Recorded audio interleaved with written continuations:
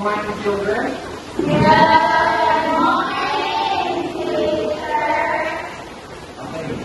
So, who's the bata?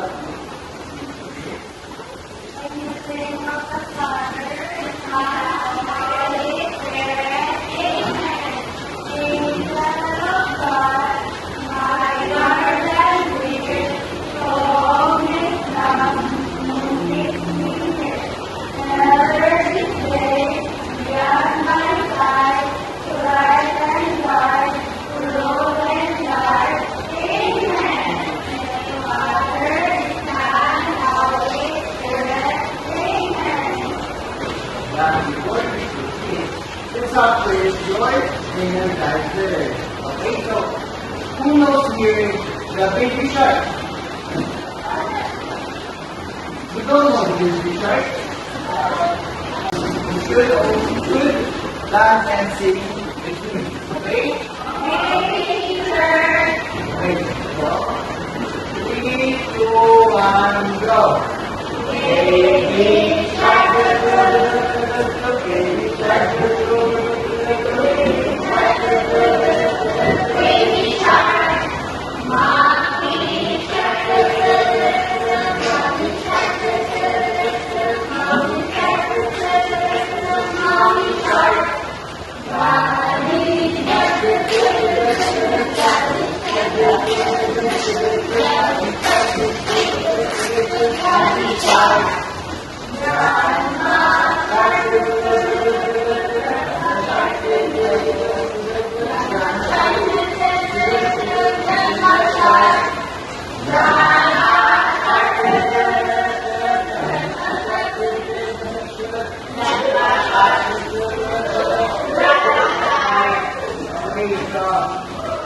are you okay?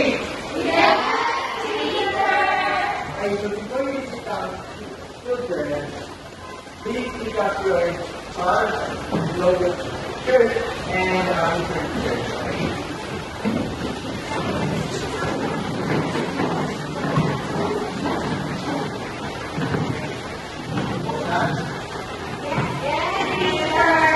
Okay, so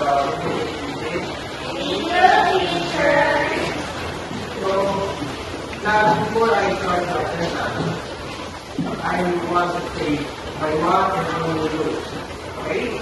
So the rule is respect. You should respect each other, and you should also respect your teachers. Okay, understand? Yes, teacher. Okay, so attendance starts now. Kabasa, Present, teacher. Kupal, Present. Ortega, Present. Babiaga. Present. Okay,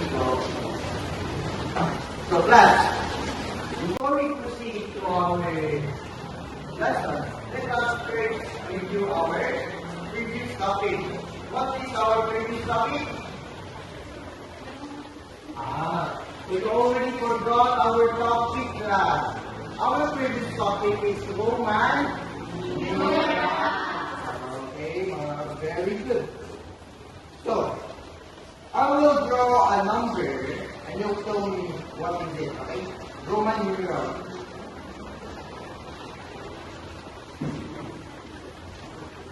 What is this?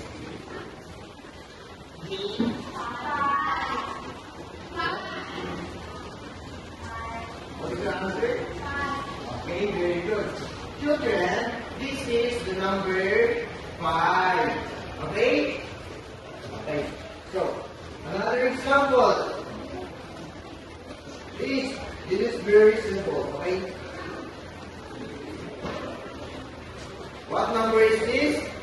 1. Okay, so it is only 1. It's not I, okay? It's 1. Another example, class. Let's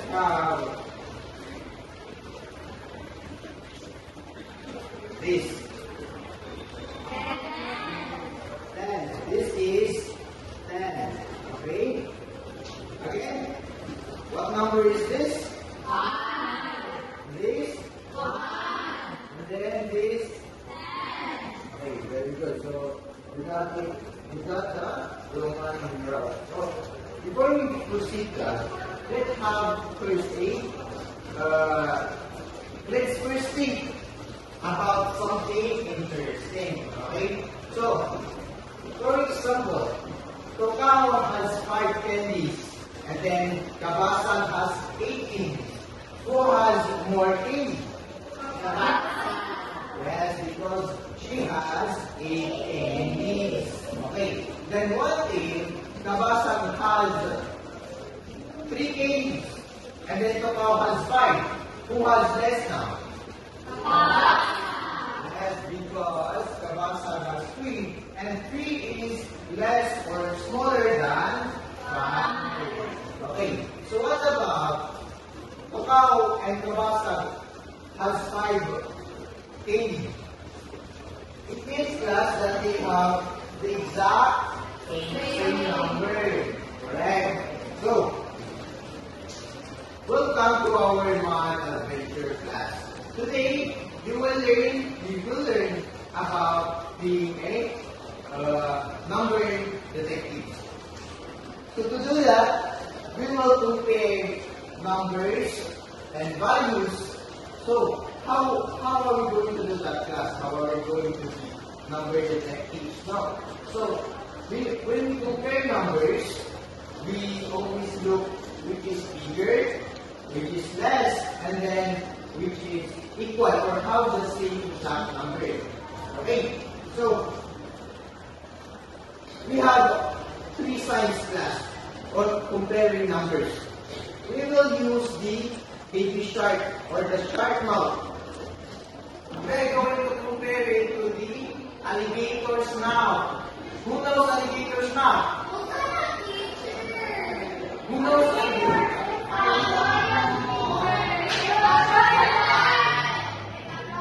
Yes, it's a crocodile.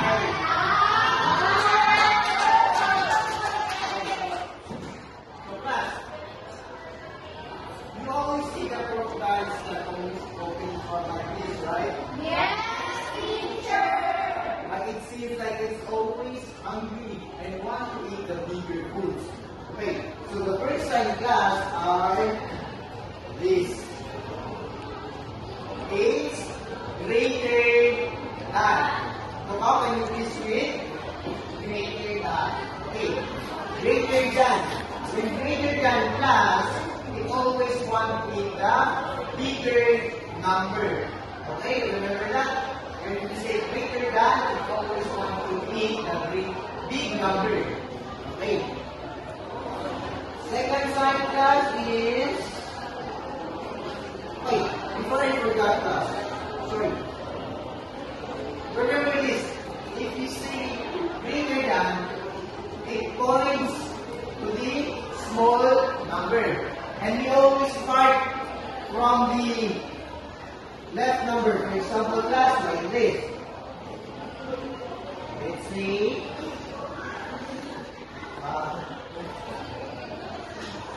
Here, class. So, look at here. So, at the right left side, is it big or no? Yes, because 5 is more than 3. Okay? So, when we use greater than, it will eat the big number. So, we will use the sign like this. Okay? And then it will point to the smallest or small number. Like this, class. To the small number. So the greater than is open to the bigger number. Second sign. This one. Lano, can you please read? Okay, very good. Less than. So, the first one was greater than, no? And then this time we have less than. I'll give you an example, class.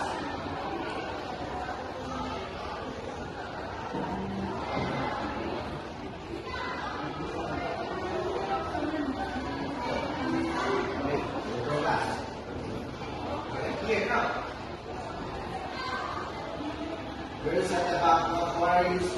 answer? Okay? So, last. Is 2 bigger than 4? Who said yes? It's small. Okay? So, when we use less than, what did I say earlier?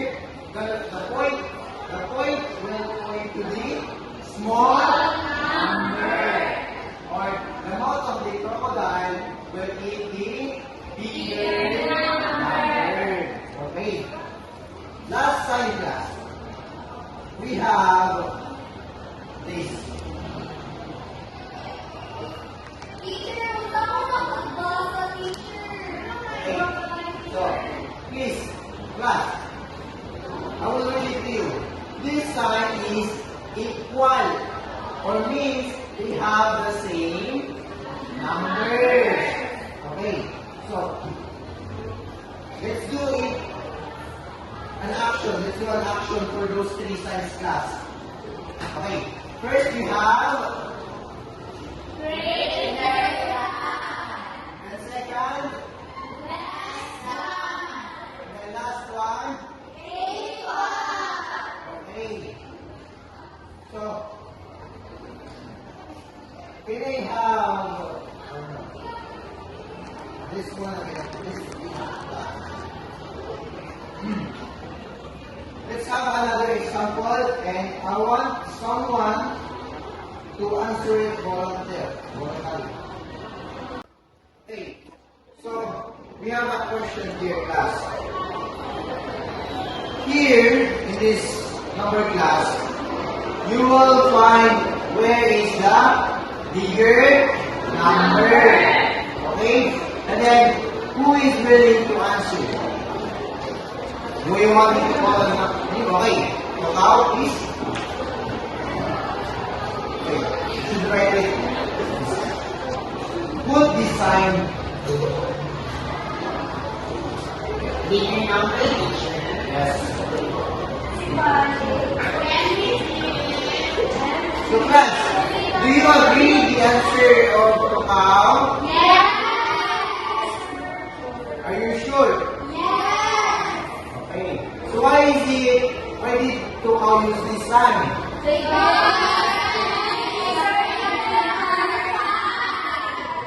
correct. Okay. Another. Do you still want to answer or no? So here class, it's easy, okay? So we have 3 and then 3. So you will put here what sign is it? Okay, if it is greater than, less than, or equal. Okay, this time I will call the name. Who is it going to be? I will call Nabyaga. Okay, Nabyaga, please come here and write your answer. Go. It's okay.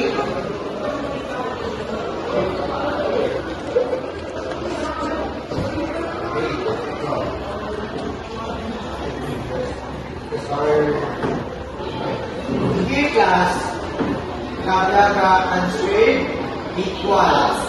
Is this correct or not? Yes. Yes. And why? Because yes, 3, for example, 3 candies and then 3 candies. They are the same. So, lastly, class, Lo. before we move to our activity, what is the first sign again?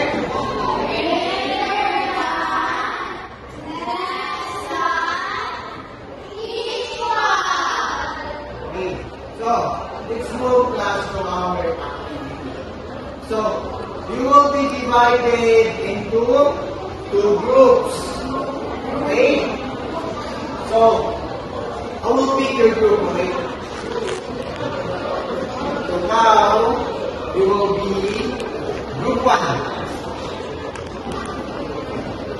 Nerven, you will be group 2. Ostea, you will be group 1. Nabyaga, Mabasa, you will be group 1. Bation, group 2. How many group 1? 1, 2, 3. Okay. Labiaga, you will be group 1. Asilo, you will be group 2. Lano, group 1. Bermudez, group 2. Then, Rosies, group 1. Okay. So go to your group mates. Group 1 and then group 2.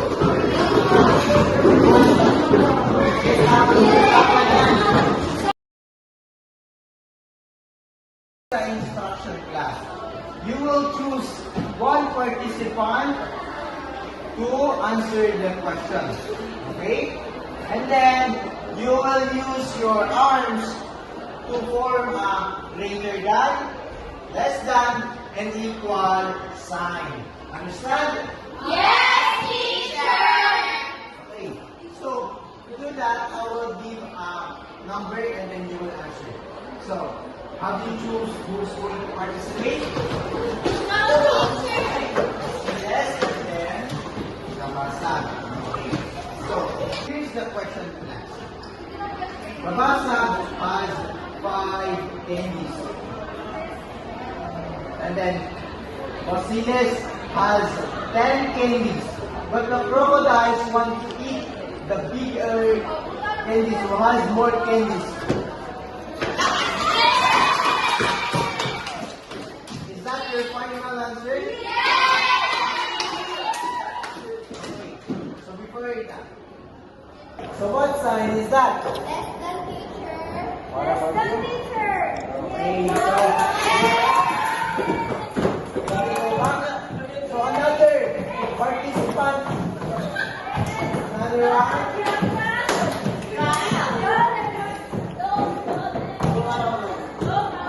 Here's the question. Bermudez has or have 10 chocolates. And then Labiaga has 8 chocolates. And then the crocodile wants to eat the bigger or wants to eat the more chocolates. What sign will you use? Is that your sign out? Susan, do you agree with your what about you, class? So what sign is that? Very good, and you may sit down in class.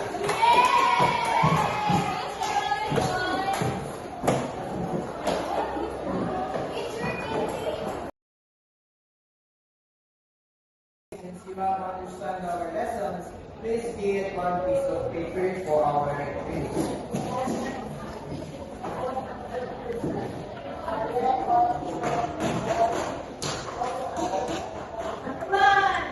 Okay, class. So I will read the question and you will just answer you will answer directly, okay? You will just put what sign is it? Is it greater than, less than, or equal? Are you ready? Yes, teacher. Okay. First question, class. On Monday, 45 pupils were present in the classroom. On Tuesday, 152 pupils were present. Where is the less than?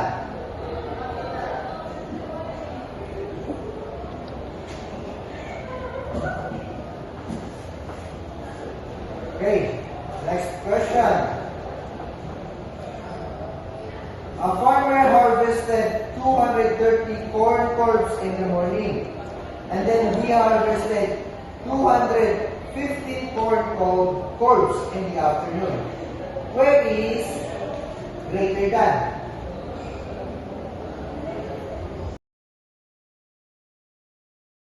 And last question. A store sold 420 notebooks in June, and then it sold 420 notebooks in July. What symbol or sign are we going to use when it has the same number?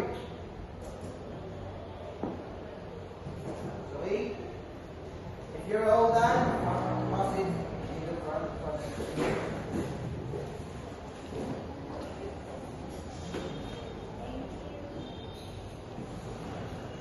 Okay. So, before we dismiss class, let's have an assignment.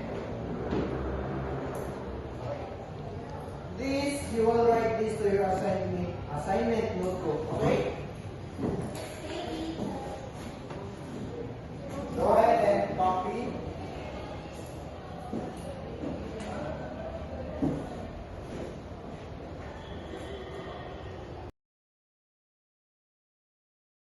Class, are you done copying your assignment? Yes, teacher. Okay, so you will answer this when you get home, okay? Yes, teacher. And then you will pause it tomorrow. Yes, teacher. Okay, so please stand up, first class. And let's have first hour. Okay, this material you can read. In the name of the Father, the Son, Amen. Angel of God, My guardian here, the always have, omits me near. Ever this day, be at my side, the light and guide, the road and guide. Amen. Father, Son, Holy Spirit. Amen. class. So now we're done and the class is finished. Goodbye and thank you, class. Bye.